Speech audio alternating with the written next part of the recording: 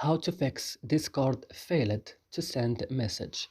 Today guys, I have the solution how to fix sense of this problem. Just watch this video till the end. So let's start. So first, you have to go and open settings of your phone.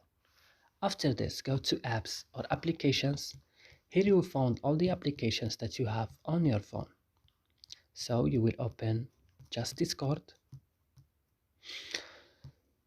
and when it's opening, just go directly to storage option and go to clear data. Click OK and go back and click on force stop and click OK. And the last thing is to go to Play Store and updating your Discord again.